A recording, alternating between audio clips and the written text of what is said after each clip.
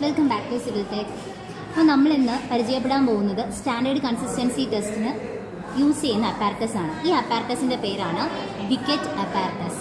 ഇനി നമുക്ക് wicket അപ്പാരറ്റസിൻ്റെ parts ഏതൊക്കെയാണെന്ന് നോക്കാം. ഫസ്റ്റ് നമ്മൾ പരിചയപ്പെടാൻ പോകുന്നത് അതിൻ്റെ മൗൾഡാണ്.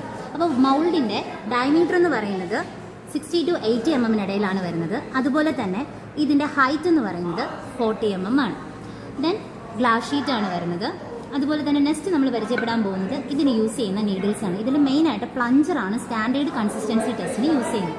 ഈ കാണുന്നതാണ് പ്ലഞ്ചർ. പ്ലഞ്ചറിൻ്റെ ഹൈറ്റ് 50 mm ആണ്. അതുപോലെ അതിൻ്റെ ഡയമീറ്റർ എന്ന് പറയുന്നത് 10 mm. ബാക്കിയുള്ള രണ്ട് നീഡിൽസ് ഇവിടെ ഒന്ന് നോക്കിയിട്ട് പോകാം. കാരണം ഇത് രണ്ടുമാണ് നമ്മൾ ഇനിഷ്യൽ ആൻഡ് ഫൈനൽ സെറ്റിങ്ങിന് യൂസ് ചെയ്യുന്നത്. ഇതാണ് ആനുലാർ അറ്റാച്ച്മെൻറ്റോട് കൂടിയിട്ടുള്ള നീഡിൽ. ഇത് ഫൈനൽ സെറ്റിങ്ങിനാണ് നമ്മൾ യൂസ് ചെയ്യുന്നത്. അതുപോലെ നമ്മൾ ആദ്യം കാണിച്ചതെന്ന് ഉദ്ദേശിക്കുന്നത് ഈ നീഡിലാണ്.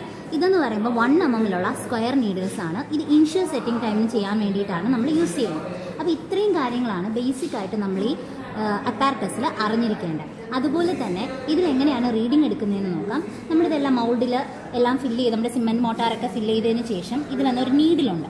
ആ നീഡിൽ റിലീസ് ചെയ്ത് കൊടുത്താൽ മതിയാവും. റിലീസ് ചെയ്ത് കൊടുക്കുന്ന സമയത്ത് പ്ലഞ്ചർ താഴോട്ടേക്ക് പോകുന്നുണ്ട്, വെച്ചാൽ സിമെൻറ്റിലോട്ട് ഇറങ്ങുന്നുണ്ട്. നമ്മൾ കറക്റ്റ് സെറ്റ് ചെയ്ത് വെച്ചിരിക്കുന്ന ആ മൗൾഡിനകത്തോട്ടേക്ക് ഇറങ്ങുന്നുണ്ട്, പെനിട്രേറ്റ് ചെയ്ത് ഇറങ്ങുന്നുണ്ട്.